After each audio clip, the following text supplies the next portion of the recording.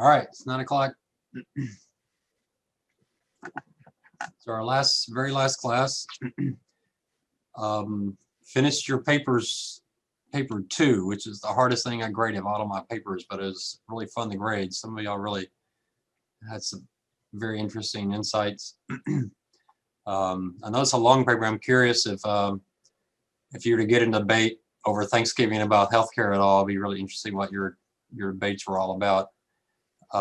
Maybe you didn't. I didn't go home for Thanksgiving, so I didn't have anybody to debate with. But hopefully, you feel that you can tackle this issue with the best of them. Keep reading on it. It's an interesting topic. Certainly not a topic that's going away anytime soon. It's going to be a big part of the probably the first 100 days for Biden and everything else. So it's a big issue. I do encourage you to read that book that I pulled from at the very. No me pueden hablar ahorita.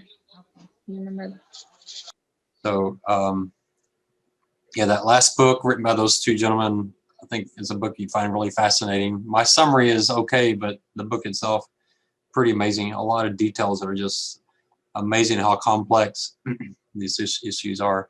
What we want to do tonight is we'll look at the exam too.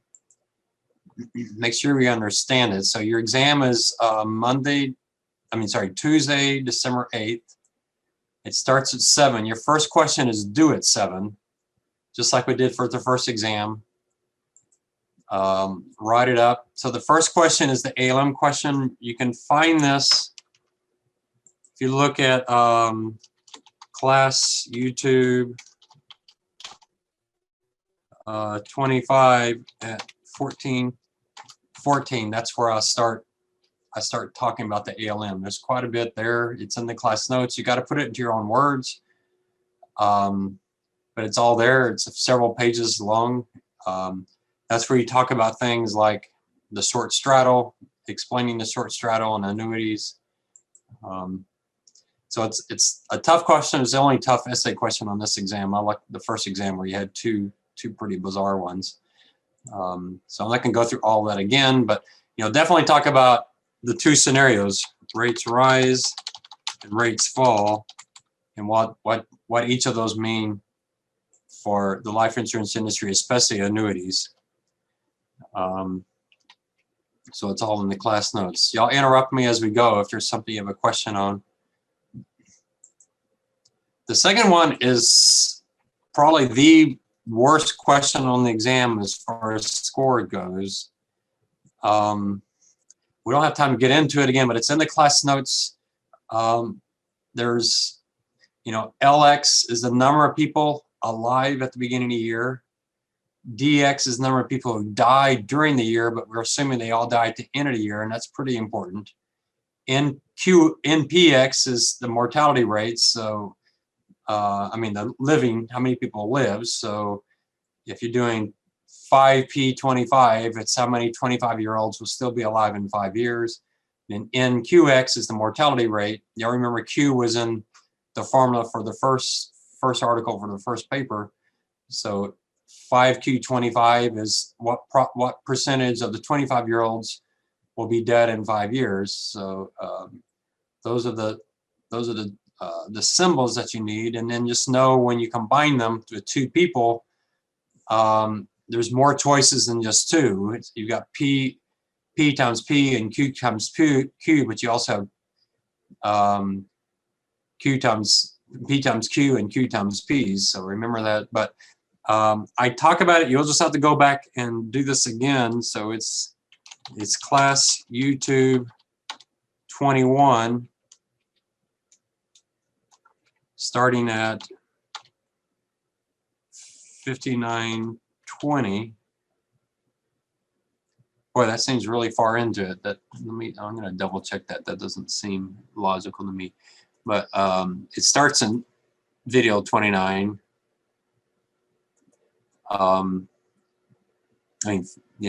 Class 21, excuse me, class 21. Let me just double check that. It's only an hour class, so I don't think that doesn't make sense that it would be that far in. So just a second.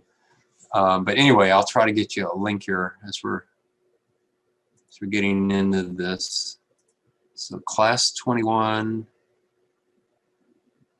Yeah, I just must have written the wrong number down. That's not possible. Just a second here, I'll find it. So it actually starts. Oh, I wrote I wrote the time down of how long the video was. So I just picked the wrong number. So it starts at about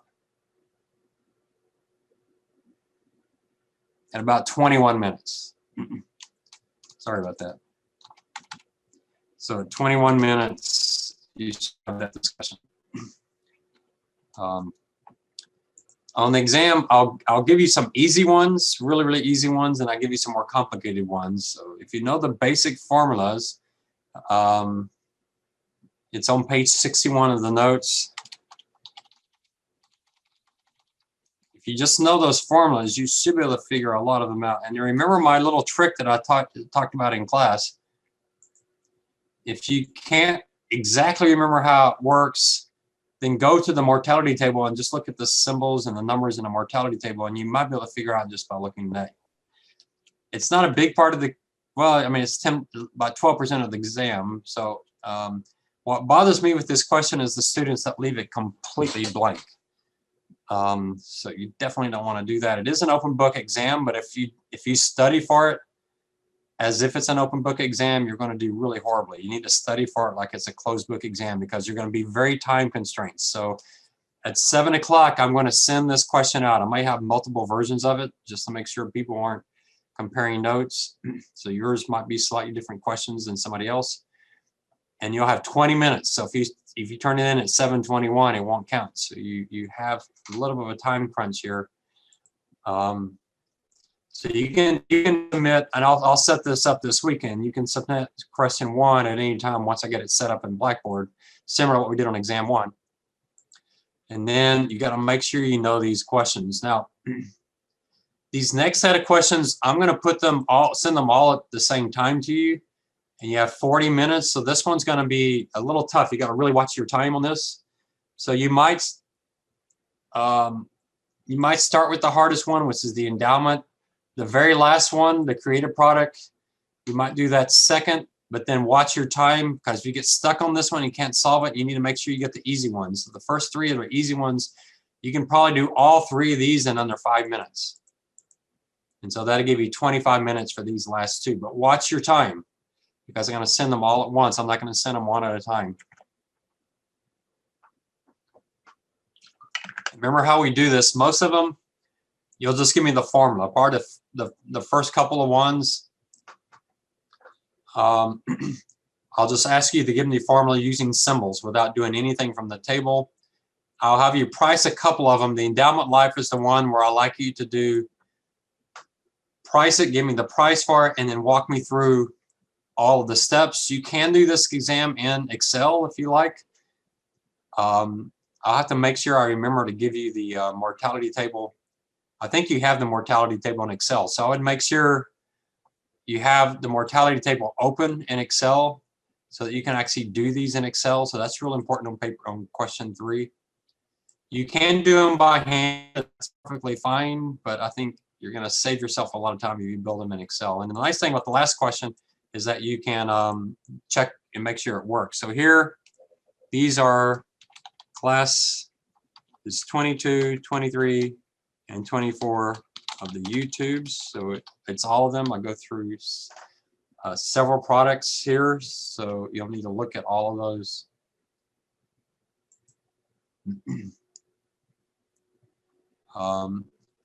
But you look down at the bottom of this exam review, and for the endowment life, there's a YouTube that shows you how to do that.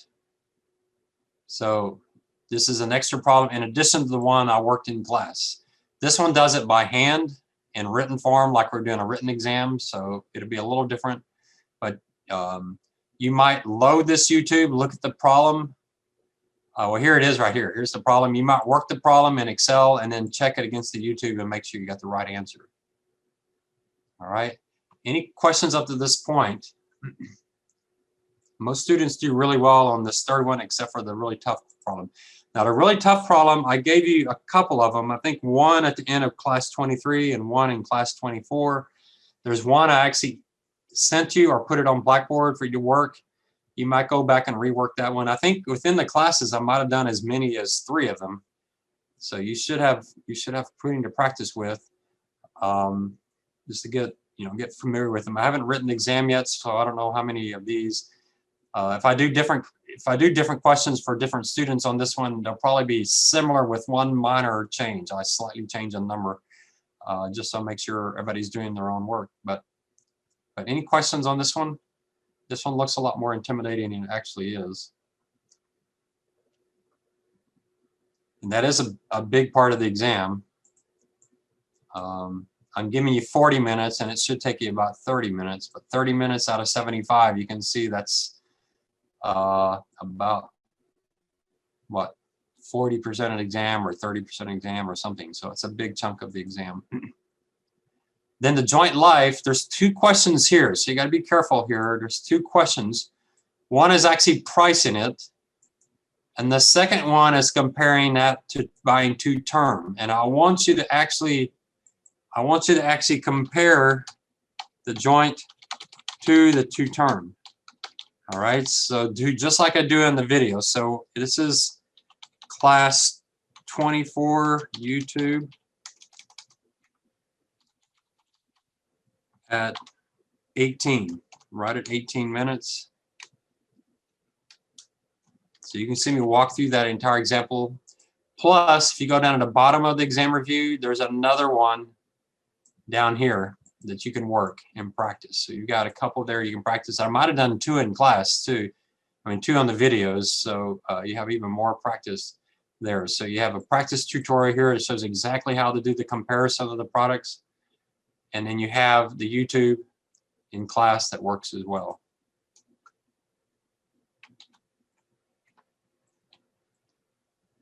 And on why it makes sense to buy one or the other, remember it all depends on the age of the person. If you're young, it never makes sense to buy the joint. You just buy the 2 term policies because the probability of them both dying is so low that the 2 term products will be this almost exact same cost as the 1 joint policy. But if they do both die together, they get twice as much money. Their estate gets twice as much money. So that's the key. For older people, the chances of them both dying in the same year is actually much higher. You can get up to 5, 6, 7%. And so the difference, the joint life can be quite a bit cheaper than the 2 terms. So that's what we're looking for there. So you actually want to do the math to actually demonstrate that how much cheaper the joint life is than the 2 term policies. And that's all covered in the videos. So you get some practice on that. Again, you're going to be given 20 minutes. It's a question that normally takes people 10 minutes, but you're going to be given 20 minutes. But you better study it as if it's a closed book exam, because if you're looking this up while you're doing the problem, there's no way you'll get it done in 20 minutes. I know someone's going to bomb the exam because of that. And then the last one is the ALM problem. This, you can go to class 25. This one is correct, 5340, and class 27 YouTube. All right, so I did one right at the end of the class. And I did it pretty quickly, and then I come back to the next class and finished it up. So class 25, yeah, if you go out to 53, you'll see that problem there. And then I do another problem in 27. This is the one that I actually sent you, and you could work in advance. And I think at the end of the notes, yeah, at the end of the notes, I have another problem with the YouTube. So you have at least 3 examples to work. Most students ace this one. Just make sure you know you have this essay question here. What options does the company have if you can't meet that? And that's in the video. So if you watch the video, it gives them all to you. So that's a pretty easy part because it's going to be the same answer every time. So one thing to remember on this is there's a good chance the answer is only going to work for high yield. But make sure I said it several times in the videos. No insurance company is going to put 100% of the money into a high yield bond. So you're probably just not going to meet the ROE target of 9%. Maybe you can put as much as 10% in high yield bonds, but make sure you put that as part of your answer. But if you go into video class 27, it gives those things that a firm can do if they can't meet their ROE target. So you have 27. Let's see where those explanations happen right at on minute 9 or so. I give those reasons. What options do you have? Some students forget that this question's there, so make sure you see that part of the question. It will look very much in this format. You can work it in Excel if you like, so that's not an issue. But you do need to make sure you can explain it. All right, so that's question 5. Any questions on that? So there's your exam, 5 questions. You have until 8:50 to finish it. Each question will go independently. So I think some of y'all had me last semester and you're like, man, that's really stressful. And yeah, so it probably is. So this is the downside of having it being open book. I don't like using the Blackboard system. Maybe I should try it one of these times and see if I like it. But I don't like exams that are stressed by time. But when it's open book, I put the time and stress on there to make sure you're learning the material and you're not just spend 7 hours and just learn it all while you're doing the exam, watching the videos or something. You won't have time to do that, so you're going to be very time constrained. All right, I'm not hearing any questions. Everybody's good? Everybody knows exactly what we're doing?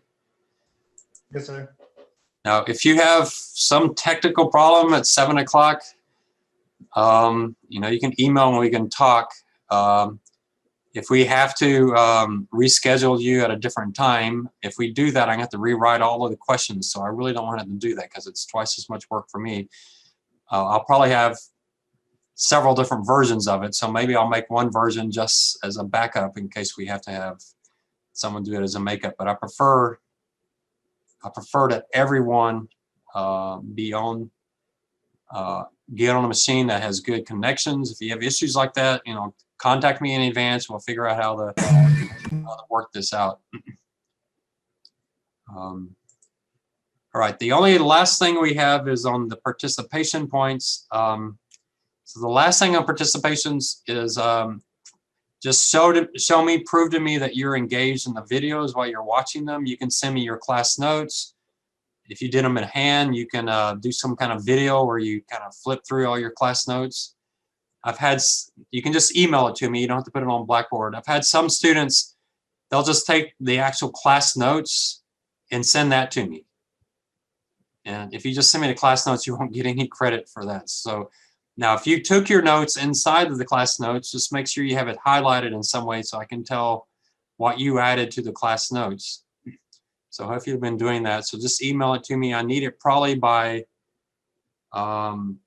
Friday the 11th or Saturday the 12th. Grades are due on the 14th.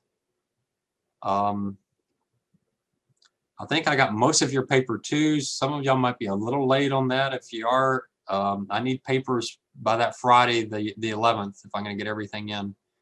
But I think I got most of y'all's papers in. I think I'm only missing 1 or 2. So so that's the lay of the land.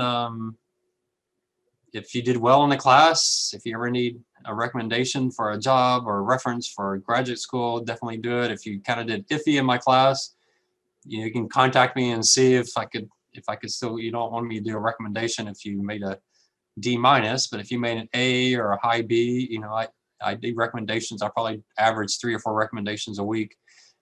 Sometimes it seems like I'm doing 10 or 15 of them a week. It just gets wild. I can write letters of recommendation. I can do online references for graduate school, those kind of things. And if I get jobs and you're interested in them, keep in contact with me. If you're trying to find a job, just can't find anything, and you're trying to I just had a lady from the class. I did a reference for her for an underwriting job, and she emailed me just a few weeks ago that she got the job, and she's really excited, and she did well in the class. So, so yeah, I'm your professor for life. So, let me know, keep me posted. Any final questions? I know I said this can be a short class tonight.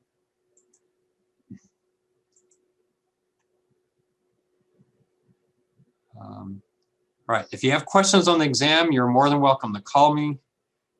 If you're not real sure how to calculate something, you have plenty of stuff. I can't really, if you send me the answer to your ALM question, I might be able to give you a high level, let you know if it's, in the right ballpark or not, but I can't give you too much of detailed feedback since it's an exam question. So, it's really like, it's the same thing in exam. You couldn't come up in an exam and ask me, is this right? Does this look right? So, so if you just want to ask, does it look like I'm on track? That kind of thing, make sure you're not missing something major. I might be able to do that. On the math questions, I can definitely help you if you're having any trouble there. One thing I'd strongly recommend is when you see the example questions on the videos, I would work them as if you're doing the exam and time yourself, and even practice how you're going to send it to me, whether it's in Word or in Excel. Make sure you show all of your work.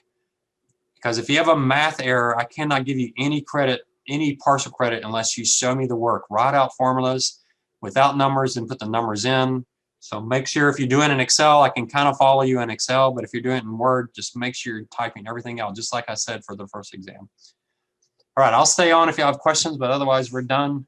So I'll see y'all on Tuesday. I'll be emailing out the questions right at 7 o'clock on Tuesday.